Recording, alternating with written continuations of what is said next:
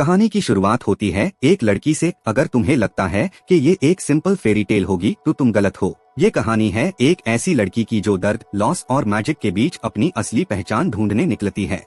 इस लड़की का नाम है क्लारा स्टालबॉम। क्लारा बचपन से ही थोड़ी अलग थी। जब बाकी बच्चे के HELKOOD में लगे रहते, क्लारा को चीजों को खोलना, समझना और फिर वापस जोड़ना पसंद था। घड़ी का लॉक हो या कोई मैकेनिकल टॉय, क्लारा के हाथ लगते हाई यूज खोलना उसके लिए एक पजल जैसा होता। ये आदत उसे अपनी माँ से मिली थी। क्लारा की माँ एक बहुत हाई इंटेलिजेंट, क्रिएटिव और स्ट्रॉन्ग वुमन थी। माँ और क्लारा का बॉन्ड बहुत स्पेशल था। लेकिन कहानी यही से थोड़ी डार्क हो जाती है।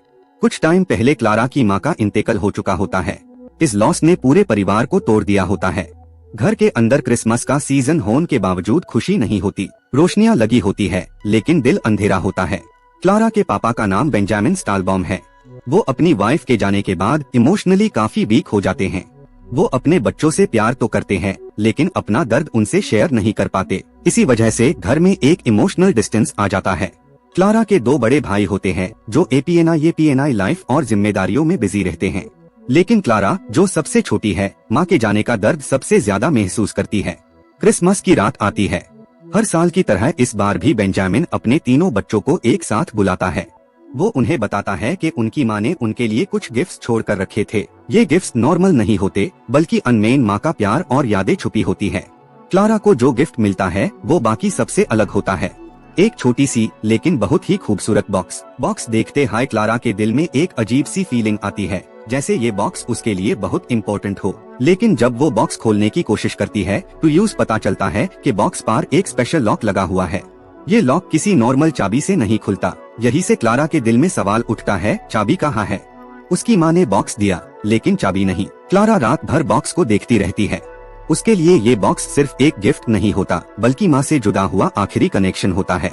अगला दिन आता है और क्रिसमस पार्टी का वक्त होता है। ये पार्टी क्लारा के गॉडफादर ड्रॉसलमेयर होस्ट कर रहे होते हैं।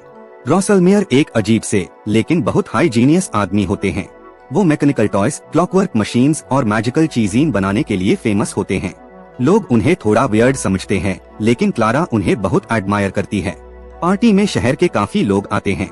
हॉल लाइट्स, म्यूजिक और डेकोरेशंस से एक मैजिकल दुनिया जैसा लग रहा होता है। ड्रॉसलमेयर सब बच्चों के लिए एक स्पेशल अट्रैक्शन बनते हैं, एक बड़ा सा मेज जो बिल्कुल FAIRYTLE जैसा दिखता है। ड्रॉसलमेयर क्लारा को एक हिंट देते हैं कि जिस चाबी को वो ढूंढ रही है वो इसी मेज के अंदर कहीं छुपी हो सकती है।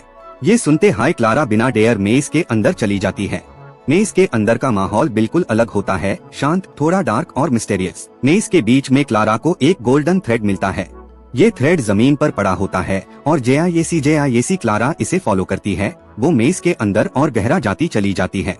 अचानक मेज खत्म होता है और क्लारा एक बिल्कुल नई दुनिया में पहुंच जाती है। ये दुनिया नॉर्मल नहीं होती। यहाँ सब कुछ मैजिकल होता है। फ्लोटिंग स्ट्रक्चर्स, ALAG क्रीचर्स और एक अलग हाई एनर्जी। यही पार क्लारा की मुलाकात होती है एक सोल्जर से जिसका नाम होता है फिलिप, जिसे नटक्रैकर भी कहा जाता है। फिलिप एक ब्रेव और लॉयल सोल्जर होता है। वो क्लारा को बताता है कि वो एक मैजिकल वर्ल्ड में आ चुकी है जहाँ 4 रियल्म्स मौजूद है।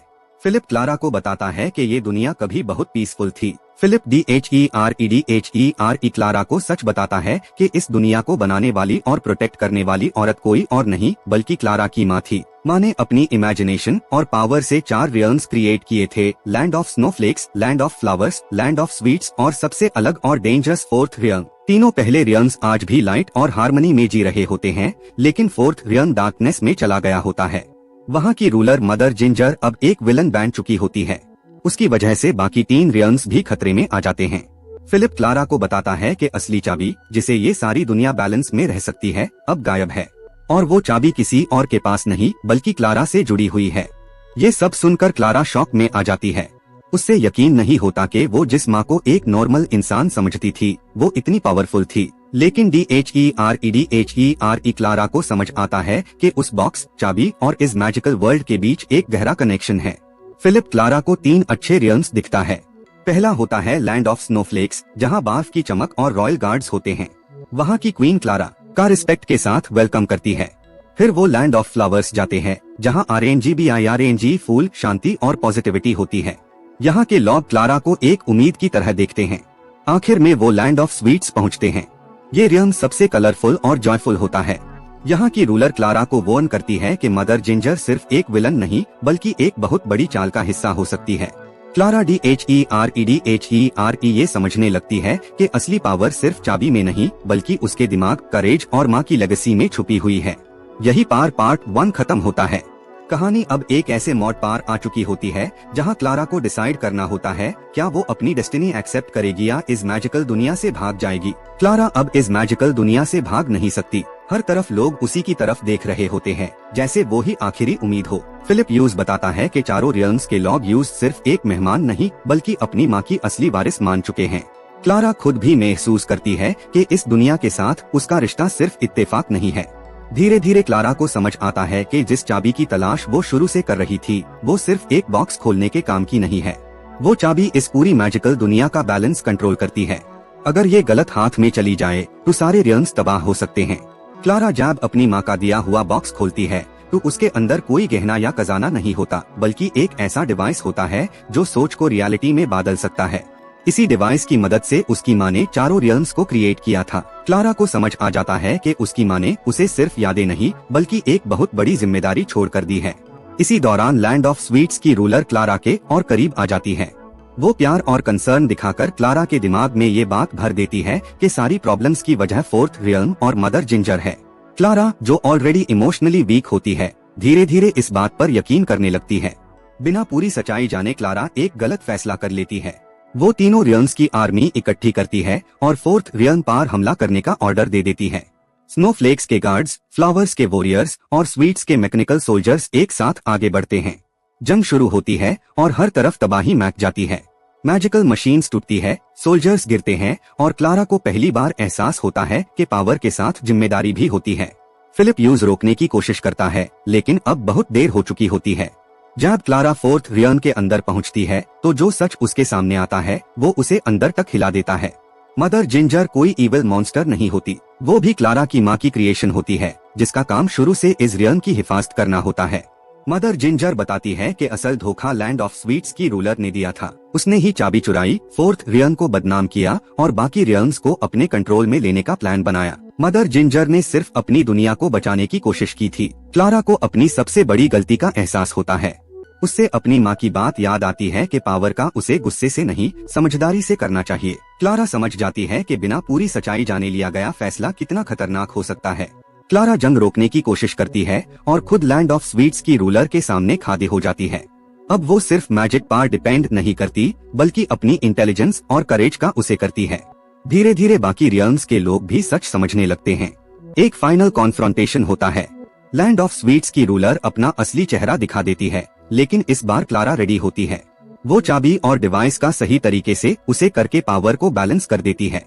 आखिरकार अस रूलर की ताकत खत्म हो जाती है। जंग के बाद फोर्थ रियल्म धीरे धीरे ठीक होने लगता है। मदर जिंजर को उसकी इज्जत वापस मिल जाती है। चारों रियल्म्स के बीच फिर से शांति बनने लगती है। क्लारा सबसे माफी मांगती है, खासकर मदर जिंजर से। मदर जिंजर यूज माफ कर देती है और कहती है कि गलती करना इंसान होने की निशानी है लेकिन उससे सुधारना ही असली ताकत होती है। आखिर में क्लारा रियल वर्ल्ड में वापस लौट आती है। अब वो पहले जैसी नहीं होती। उसके चेहरे पर दर्द कम और कॉन्फिडेंस ज्यादा होता है। वो समझ जाती है कि उसकी माँ हमेशा उसके साथ थी, बस एक अलग दुनिया में। कहानी यही खत्म होती है इस मैसेज के साथ कि इमेजिनेशन, करेज और सही फैसला किसी भी अंधेरी दुनिया को भी रोशनी में बदल सकता है। क्लारा रियल वर्ल्ड में लौट आती है लेकिन अब उसकी सोच और नजरिया पहले से बिल्कुल अलग होता है। पहले वो सिर्फ एक लड़की थी जो पजल्स सॉल्व करना और मशीन्स बनाना पसंद करती थी, लेकिन अब वो एक लीडर और प्रोटेक्टर बन चुकी है। उसके अंदर एक नई कॉन्फिडेंस और रिस्पॉन्सिबिलिटी का एहसास होता है। शहर में क्रिसमस का माहौल अब भी चालू होता है लेकिन क्लारा की आंखों में अब दुनिया देखने का एक नया नजरिया होता है। उससे लगता है कि हर छोटी चीज इम्पोर्टेंट है और हर डिसीजन का असर सिर्फ एक इंसान पर नहीं बल्कि पूरी दुनिया पर पड़ सकता है। क्लारा अपने घर आती है और अपने पापा और भाइयों के साथ वक्त बिताती है। बेंजामिन क्लारा की तबीयत और नजरिया देखकर खुश होता है। वो समझ जाता है कि क्लारा सिर्फ अपनी माँ की याद नहीं बल्कि उसकी लेगेसी को आगे ले जा रही है। क्लारा अपनी डेली लाइफ में भी छोटी छोटी चीजों को मैजिकल नजर से देखने लगती है। वो अपनी क्रिएटिविटी और इंटेलिजेंस का उसे करते हुए हर प्रॉब्लम को सॉल्व करती है। लोग उससे एडमायर करते हैं लेकिन क्लारा कभी अपनी सुपेरियोरिटी नहीं दिखाती। वो सिर्फ मदद करना चाहती है। एक दिन क्लारा को फिर से वही गोल्डन थ्रेड याद आता है जो उससे मेज के अंदर ले गया था। उससे रियलाइज होता है कि मैजिकल दुनिया हमेशा उसके साथ है, बस वो उससे देखने के लिए रेडी नहीं थी। फिलिप और मदर जिंजर के लेसन्स क्लारा के साथ हमेशा रहते हैं। क्लारा अब अपनी माँ की टीचिंग्स और अपनी जर्नी का उसे करके नए इन्वेंशंस और सोल्यूशंस क्रिएट करने लगती है। वो समझ जाती है कि इमेजिनेशन, करेज और सही फैसला ही किसी भी प्रॉब्लम का असली सोल्यूशन है। कहानी के एंड में क्लारा खुद को और अपनी दुनिया को सेलिब्रेट करती है। वो समझ गई है कि पावर सिर्फ मैजिक या चाबी में नहीं बल्कि दिल और दिमाग में होती है। अब वो कॉन्फिडेंट है कि चाहे दुनिया में कितनी भी चैलेंजेस आए वो उनका सामना कर सकती है। और इस तरह क्लारा की जर्नी खत्म होती है, एक लड़की से एक रिस्पॉन्सिबल लीडर और प्रोटेक्टर बनने की। उसने समझा कि हर गलती को सुधारना और हर चैलेंज को समझदारी से फेस करना ही असली ताकत है। मैजिक का असली मतलब सिर्फ दुनिया में रंग भरना नहीं बल्कि अपने डिसीजंस से दुनिया को सही दिशा देना है। क्लारा का जिंदगी में नया दिन शुरू होता है। अब वो सिर्फ एक नॉर्मल लड़की नहीं रही, उसके अंदर एक अलग ही समझ और मैच्योरिटी आ गई है। रियल वर्ल्ड में भी वो छोटी छोटी चीजों को मैजिकल नजर से देखने लगती है। हर एक प्रॉब्लम को वो क्रिएटिव सॉल्यूशंस से सॉल्व करती है, जैसे उसने मैजिकल वर्ल्ड में किया था। क्लारा अपनी इन्वेंशंस और आइडियाज के थ्रू अपने कम्युनिटी की मदद करने लगती है। बच्चे और बड़े दोनों उसके काम से इंस्पायर होते हैं। वो लोग सिर्फ एडमायर नहीं करते बल्कि सीखने की कोशिश करते हैं। क्लारा को समझ आता है कि असली मैजिक सिर्फ पावर या चाबी में नहीं बल्कि नॉलेज और करेज में होता है। फिलिप और मदर जिंजर कभी कभी मैजिकल वर्ल्ड से क्लारा को गाइड करते हैं। उनके मैसेजेस और गाइडेंस क्लारा के लिए मोरल और इमोशनल सपोर्ट बन जाते हैं। क्लारा अब हर सिचुएशन में पेशेंस और समझदारी से फैसला लेती है। वो जानती है कि हर गलती का सुधार और हर चैलेंज का सामना ही असली ग्रोथ है। क्लारा के घर के लोग भी अब उसके बदले हुए नजरिए को नोटिस करते हैं। बेंजामिन और भाई उसकी एडवाइस लेते हैं और समझते हैं कि क्लारा की मैच्योरिटी और करेज सबको गाइड कर सकती है। ये बॉन्ड और भी स्ट्रॉन्ग हो जाता है। एक दिन क्लारा को याद आता है गोल्डन थ्रेड जो उससे मैजिकल मेज के अंदर ले गया था। उससे लगता है कि शायद मैजिकल वर्ल्ड हमेशा उसके साथ है, बस वो देखने के लिए रेडी नहीं थी। ये रियलाइजेशन क्लारा को और कॉन्फिडेंट और ग्राउंडेड बनाता है। क्लारा अब रेगुलरली अपनी क्रिएटिविटी और करेज का उसे करते हुए छोटे और बेड प्रॉब्लम्स सॉल्व करती है। उससे समझ आ जाता है कि इमेजिनेशन और विजडम दोनों का सही इस्तेमाल हाई दुनिया को बैलेंस में रख सकता है। अब वो सिर्फ लीडर नहीं बल्कि एक प्रोटेक्टर और गाइड भी बन गई है। कहानी के एंड में क्लारा एक नई जर्नी के लिए तैयार होती है। वो समझ चुकी है कि मैजिक का असली मतलब सिर्फ चीजों को मैजिकल बनाना नहीं बल्कि अपने डिसीजंस और एक्शंस से दुनिया को पॉजिटिव दिशा देना है। अब क्लारा कॉन्फिडेंट है कि चाहे रियल वर्ल्ड हो या मैजिकल वर्ल्ड, वो हर चैलेंज का सामना कर सकती है और अपनी माँ की लेगेसी को हमेशा जिंदा रखेगी। अब क्लारा की जर्नी अपने क्लाइमैक्स के करीब है। मैजिकल वर्ल्ड और रियल वर्ल्ड का बैलेंस मेंटेन करना अब उसके हाथ में है। उसके अंदर पूरी दुनिया को समझने की कैपेसिटी और करेज आ चुकी है। अब वो सिर्फ रिएक्ट नहीं कर रही बल्कि प्रोएक्टिव डिसीजंस ले रही है। क्लारा ने सब रियल्म्स के लोगों के साथ अलायंस बनाया है। स्नोफ्लेक्स के गार्ड्स, फ्लावर्स के वॉरियर्स और स्वीट्स के क्रिएटर्स सब उसके साथ खड़े हैं। फिलिप भी हमेशा उसके साथ है। मदर जिंजर उससे मोरल सपोर्ट और गाइडेंस देती है और हर कदम पर उसके एक्सपीरियंस का फायदा लेती है। क्लारा ने डिसाइड किया है कि वो एक फाइनल इंस्पेक्शन करेगी जहां हर रियल्म के इश्यूज को सिस्टमैटिकली सॉल्व किया जाए। पहले वो लैंड ऑफ स्वीट्स के अंदर जाती है और वहां की रूलर को कन्विंस करती है कि पावर का मिसयूज और जेलसी सबको बर्बाद कर सकती है। धीरे धीरे वो रूलर समझने लगती है और अपनी गलती एक्सेप्ट करती है। फिर क्लारा लैंड ऑफ फ्लावर्स और लैंड ऑफ स्नोफ्लेक्स के लोगों के साथ जाकर उनके माइनर डिस्प्यूट्स और मिसअंडरस्टैंडिंग्स को सॉल्व करती है। अब 4 रियल्म्स का नेटवर्क एक साथ काम कर रहा होता है और बैलेंस बन जाता है। 4th रियल्म का टर्न आता है। ये रियल्म पहले की तरह डार्क नहीं रहता। क्लारा के लीडरशिप और गाइडेंस से ये रियल्म भी पॉजिटिव एनर्जी और लाइट से भर जाता है। अब हर रियल्म के बीच एक हार्मनी और ट्रस्ट डेवलप हो जाता है। क्लारा के लिए अब असली टेस्ट कंप्लीट हो चुका होता है। उसने अपनी माँ की लेगेसी को समझा, मैजिकल दुनिया को बैलेंस किया और रियल वर्ल्ड में अपनी जिंदगी को भी सुधारा। उससे पता चला कि असली मैजिक सिर्फ चीजों को मैनिपुलेट करना नहीं बल्कि सही फैसला लेना, गलती से सीखना और हर सिचुएशन को समझना होता है। क्लारा रियल वर्ल्ड में वापस आती है। इस बार उसके साथ सिर्फ कॉन्फिडेंस नहीं होता बल्कि एक नई अंडरस्टैंडिंग भी होती है। उसके पापा और भाई उसके बदले हुए नजरिए को नोटिस करते हैं। क्लारा उनके लिए सिर्फ एक बेटी और बहन नहीं बल्कि एक गाइड और इंस्पिरेशन बन चुकी होती है। कहानी के एंड में क्लारा एक मैजिकल स्नो ग्लोब देखती है जो उसके माँ ने छोड़ा था। ग्लोब के अंदर हर रियल्म की लाइट और बैलेंस परफेक्टली मेंटेन्ड है।